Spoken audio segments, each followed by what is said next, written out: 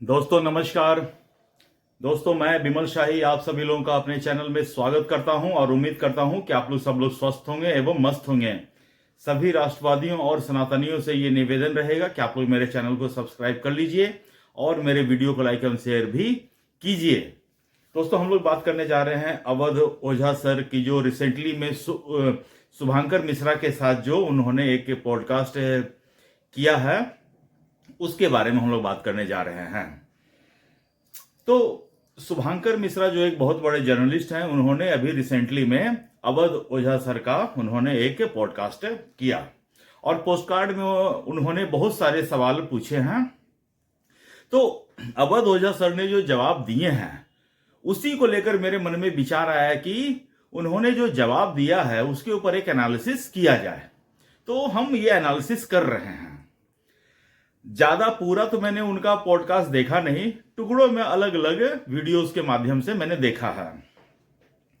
तो मोटा मोटी मैं ये देखा हूं कि अवध ओझा ने एक बात तो उस पॉडकास्ट में उन्होंने कहा है कि वो राजनीति से संन्यास ले रहे हैं। उनकी एक बहुत इच्छा थी, प्रबल इच्छा थी कि वो चुनाव लड़े। उनकी इच्छा 2024 के लोकसभा में भी थी और उन्होंने लगभग हर पार्टियों से बात भी कर लिया था, लेकिन कोई पार्टी उनको टिकट नहीं देना चाह रहा था, नहीं दिया।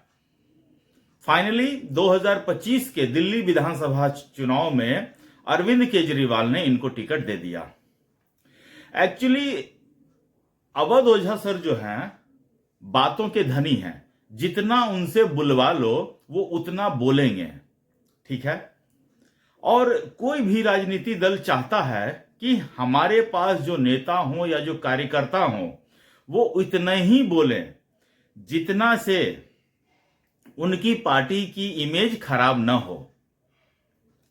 तो अवध ओझा सर ने ये सोचा, उनको ये लगा कि भाई हमको सारे पॉलिटिकल पार्टी ने टिकट देने से मना जब कर दिया और आम आदमी पार्टी टिकट दे रहा है, तो चलो इनकी पार्टी लाइन के विद इन द बाउंड्री रहकर हम काम करते हैं और देखते हैं क्या होता है। तो वो पटपरगंज से विधानसभा चुनाव भी लड़े और वो चुनाव हार भी गए।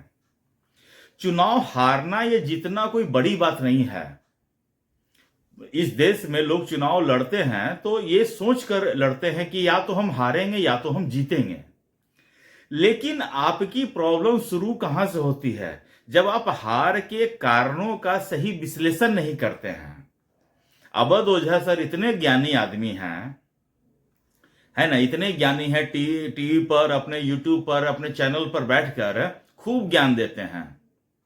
लेकिन जब उनसे हार के कारण पूछा जाता है तो सोचिए उनका ज्ञान, सारा का सारा ज्ञान धरा रह जाता। उस समय उनका अहंकार बोलता है कि उनको हराने के लिए नरेंद्र मोदी को उनके जो अपोनेंट थे, जो बीजेपी के जो कैंडिडेट थे, उसके पैर छूने पड़े। क्या अवध ओझा को यह मालूम नहीं है कि नरेंद्र मोदी का जब भी कभी कोई पैर छूने का कोशिश करता है तो मोदी उससे पैर छुआने में विश्वास नहीं रखते हैं, उल्टा मोदी ही उनका पैर छूने लगते हैं। अभी आप बिहार चुनाव में देख लीजिए, शपथ ग्रहण समारोह का वीडियो देखने का अगर आप जाइएगा तो उसमें आप देखिएगा जो भी मंत्री पद की शपथ लेने के बाद मोदी का पैर छूने का कोशिश किया तो मोदी ने साफ मना कर दिया। लेकिन अवध ओझा सर इतने बड़े ज्ञानी आदमी को यह चीज समझ में नहीं आ रहा है। उनको लगा कि नरेंद्र मोदी ने जो बीजेपी के कैंडिडेट के पैर छुए, इनसे उनकी हार हो गई, जबकि सच्चाई कुछ और था। उनके हार का सबसे बड़ा कारण था मनीष सिसोदिया का जो है अपने क्षेत्र में काम न कर पाना। पूरा का पूरा आम आदमी पार्टी का जो एंटी इनकम्बेंसी था वो उनके साथ चल रहा था और अवध ओझा का रिस्पेक्टेड भी नए थे उस क्षेत्र के लोगों के लिए। वो सोच रहे थे कि हमारे नाम पर हम जीत जाएंगे। ऐसा नहीं होता है। खैर, उसके साथ जब चुनाव हारे थे अवध ओझा, तो वो जो बोलते थे ऐसा लगता था कि उनका माइंड और उनका बोली जो है कंट्रोल में है ही नहीं, सिंक में है ही नहीं। सोचिए, एक इंटरव्यू में देख रहा था, आप अगर सर्च कीजिएगा तो आपको मिल जाएगा। उसमें उनसे पूछा गया कि आप भगवंत मान को 10 एज ए चीफ मिनिस्टर 10 में से कितने नंबर देंगे? तो कहता है कि हम 10 में 10 नंबर देंगे। राहुल गांधी को कहते हैं हम 10 में 9 नंबर देंगे। और जब उनसे पत्रकार पूछते हैं कि आप नरेंद्र मोदी को कितने नंबर देंगे, तो कहता है हम तो नरेंद्र मोदी को फेल कर देंगे। बताइए, आप इतने बड़े ज्ञानी और बातें ऐसी मूर्खता वाली, तो आपको चीजें समझ में नहीं आती हैं। लेकिन एज टाइम प्रोग्रेस, जैसे जैसे टाइम बीतता जाता है, आपको चीजें समझ में आने लगती हैं। हालांकि अवध ओझा सर इस पॉडकास्ट में भी ये माने हैं कि नरेंद्र मोदी के पैर छूने से ही वो चुनाव हारे हैं। बकैती उनका अभी भी जारी है। ऐसा नहीं है कि पूरा सुधर गया है। आदमी को कंप्लीट सुधरने में कभी कभी जीवन लग जाता है, उम्रें गुजर जाती हैं। और इनको तो जो इनका अहंकार चढ़ा है, बुढ़ापा में चढ़ा है, ये तो लगता है कि गंगा घाट पर जाकर ही खत्म होगा। एनीवेज, उसके बाद उन्होंने कहा अपने पॉडकास्ट में कि हम तो बोलने वाले आदमी हैं, हमको पार्टी में कह दिया गया कि पार्टी लाइन से बाहर नहीं बोलिएगा। ये आपको आज चल रहा है पता, अवध ओझा सर, माननीय सर।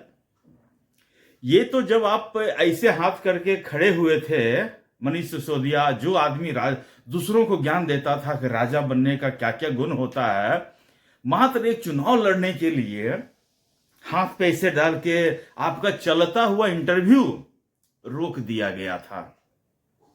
अवध ओझा सर, अगर आपके पीठ के रीढ़ की हड्डी होती ना, तो उसी दिन आप पार्टी छोड़ देते और पटपरगंज से निर्दलीय अगर आप खड़े हो जाते, तो हो सकता है कि आप अच्छा प्रदर्शन करते, लोगों में रिस्पेक्ट आपका बना रहता कि कोई तो नेता है रीढ़ की हड्डी वाला, कि पार्टी ने ऐसा बोला तो उसने तुरंत इस्तीफा देके निर्दलीय खड़ा हुआ।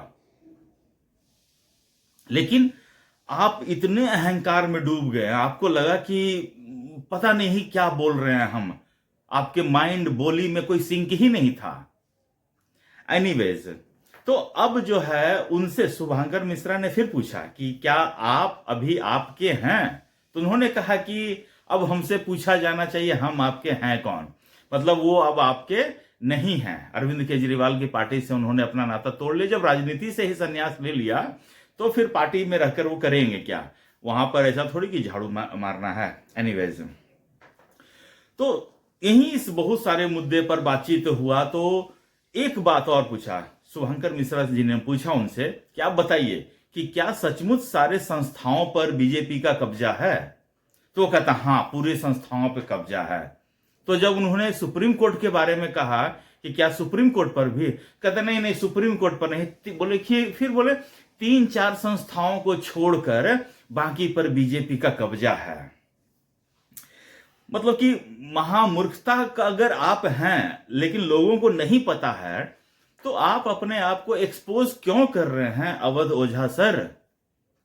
अगर मान लेते आपके कहने के अनुसार इलेक्शन कमीशन मान लेते हैं बीजेपी के कंट्रोल में है, मुझे एक चीज बता दीजिए कि जितना लोग बीजेपी के ऊपर हंसता है अयोध्या के हार पर, अगर इलेक्शन कमीशन कंट्रोल में रहता, मतलब कि कुछ ऐसा मैनिपुलेशन हो सकता था, तो कम से कम बीजेपी इतना कोशिश करता कि अयोध्या सीट नहीं हारती।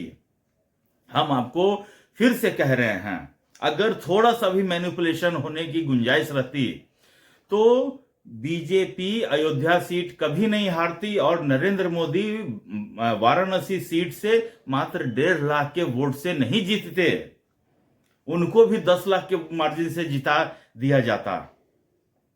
और लोग जीते ना, शिवराज सिंह चौहान है, असम में एक कांग्रेस का है, 10-10 लाख के मार्जिन से जीता है।